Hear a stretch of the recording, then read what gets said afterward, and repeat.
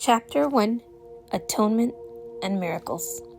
I am in charge of the process of atonement, which I undertook to begin. When you offer a miracle to any of my brothers, you do it to yourself and me.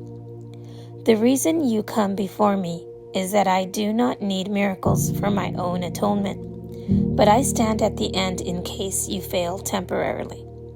My part in the atonement is the canceling out of all errors that you could not otherwise correct.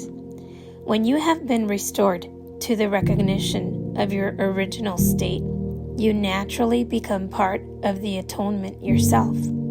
As you share my unwillingness to accept error in yourself and others, you must join the great crusade to correct it. Listen to my voice. Learn to undo error and act to correct it. The power to work miracles belongs to you. I will provide the opportunities to do them, but you must be ready and willing. Doing them will bring conviction in the ability, because conviction comes through accomplishment. The ability is the potential, the achievement is its expression, and the atonement, which is the natural profession of the children of God, is the purpose. Heaven and earth shall pass away means that they will not continue to exist as separate states. My word, which is the resurrection and the life, shall not pass away because life is eternal. You are the work of God, and His work is holy, lovable, and wholly loving. This is how a man must think of himself in his heart, because this is what he is. The forgiven are the means of the atonement. Being filled with Spirit, they forgive in return. Those who are released must join in releasing their brothers, for this is the plan of the atonement. Miracles are the way in which minds that serve the Holy Spirit unite with me for the salvation or release of all of God's creations. I am the only one who can perform miracles indiscriminately, because I am the atonement. You have a role in the atonement, which I will dictate to you. Ask me which miracles you should perform. This spares you needless effort, because you will be acting under direct communication. The impersonal nature of the miracle is an essential ingredient, because it enables me to direct its application, and under my guidance, miracles lead to the highly personal experience of revelation. A guide does not control, but he does direct, leaving it up to you to follow. Lead us not into temptation means recognize your errors and choose to abandon them by following my guidance.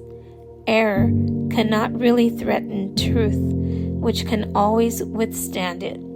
Only the error is actually vulnerable.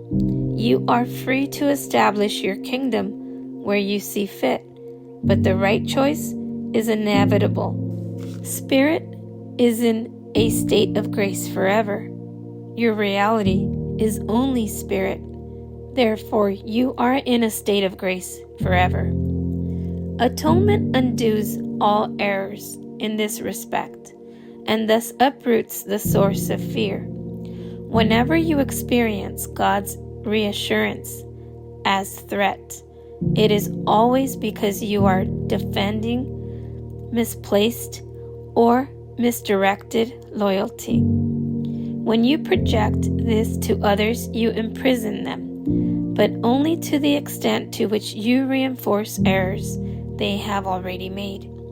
This makes them vulnerable to the distortions of others, since their own perception of themselves is distorted. The miracle worker can only bless them, and this undoes their distortions and frees them from prison. You respond to what you perceive, and as you perceive, so shall you behave. The Golden Rule asks, "You do unto others as you would have them do unto you."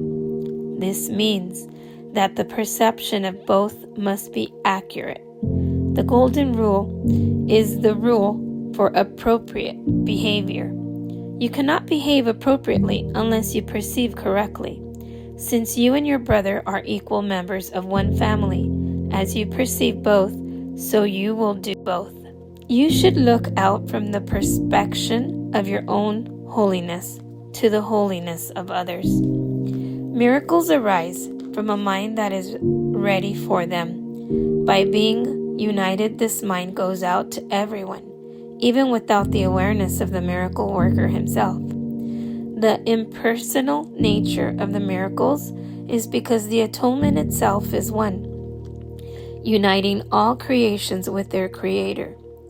As an expression of what you truly are, the miracle places the mind in a state of grace. The mind then naturally welcomes the host within and the stranger without. When you bring in the stranger, he becomes your brother. That the miracle may have effects on your brothers that you may not recognize is not your concern. The miracle will always bless you. Miracles are not asked to perform have not lost their value. They are still expressions of your own state of grace, but the action aspect of the miracle should be controlled by me because of my complete awareness of the whole plan.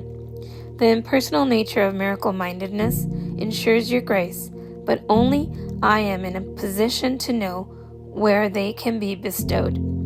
Miracles are selective, only in the sense that they are directed towards those who can use them for themselves. Since this makes it inevitable that they will extend them to others, a strong change of atonement is welded. However, this selectivity takes no account of the magnitude of the miracle itself, because the concept of size exists on a plane that is itself unreal. Since the miracle aims at restoring the awareness of reality, it would not be useful if it were bound by laws that govern the error it aims to correct.